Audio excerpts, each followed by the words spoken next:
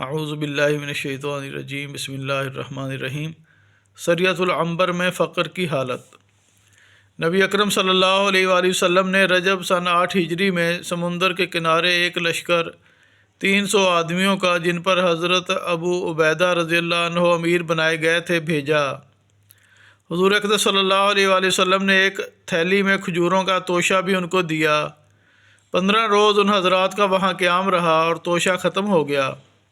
حضرت قیس رضی اللہ تعالیٰ عنہ نے، جو اس قافلہ میں تھے، مدینہ منورہ میں قیمت ادا کرنے کے وعدے پر قافلے والوں سے اونٹ خرید کر ذبح کرنا شروع کیے اور 3 اونٹ روزانہ ذبح کرتے، مگر تیسرے دن امیر قافلہ نے اس خیال سے کہ سواریاں ختم ہو گئیں تو واپسی بھی مشکل ہو جائے گی، ذبح کی ممانعت کی اور سب لوگوں کے پاس اپنی اپنی جو کچھ کھجوریں موجود تھیں جمع کر کے ایک تھیلی میں رکھ لیں اور ایک ایک کھجور روزانہ تقسیم فرما دیا کرتے، جس کو چوس کر یہ حضرات پانی پی لیتے، اور رات تک کے لیے یہی کھانا تھا۔ کہنے کو مختصر سی بات ہے، مگر لڑائی کے موقع پر جب کہ قوت اور طاقت کی بھی ضرورت ہو، ایک کھجور پر دن بھر گزار دینا دل و جگر کی بات ہے۔ چنانچہ حضرت جابر رضی اللہ عنہ نے جب یہ قصہ لوگوں کو حضور صلی اللہ علیہ وآلہ وسلم کے بعد سنایا تو ایک شاگرد نے عرض کیا کہ حضرت، ایک کھجور کیا کام دیتی ہوگی؟ آپ نے فرمایا، اس کی قدر جب معلوم ہوئی جب وہ بھی نہ رہی کہ اب بجز فاقہ کے کچھ نہ تھا۔ درخت کے خشک پتے جھاڑتے اور پانی میں بھگو کر کھا لیتے، مجبوری سب کچھ کرا دیتی ہے، اور ہر تنگی کے بعد اللہ جل شانہ کے یہاں سے سہولت ہوتی ہے۔ حق تعالیٰ نے ان تکالیف اور مشقتوں کے بعد سمندر میں سے ایک مچھلی ان لوگوں کو پہنچائی جس کو عنبر کہتے ہیں۔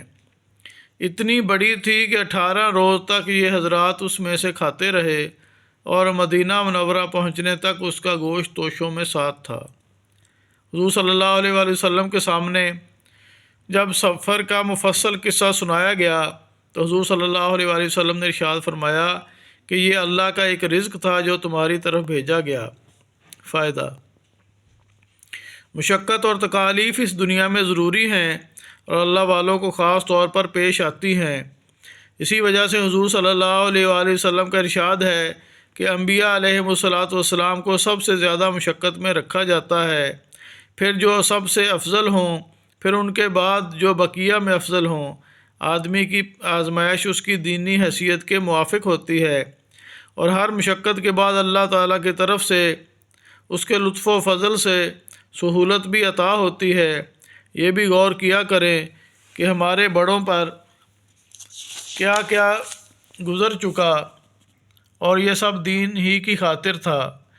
اس دین کے پھیلانے میں جس کو آج ہم اپنے ہاتھوں سے کھو رہے ہیں، ان حضرات نے فاقے کیے، پتے چابے، اپنے خون بہائے اور اس کو پھیلایا، جس کو ہم آج باقی بھی نہیں رکھ سکتے۔ وآخر دعوانا الحمدللہ رب العالمین۔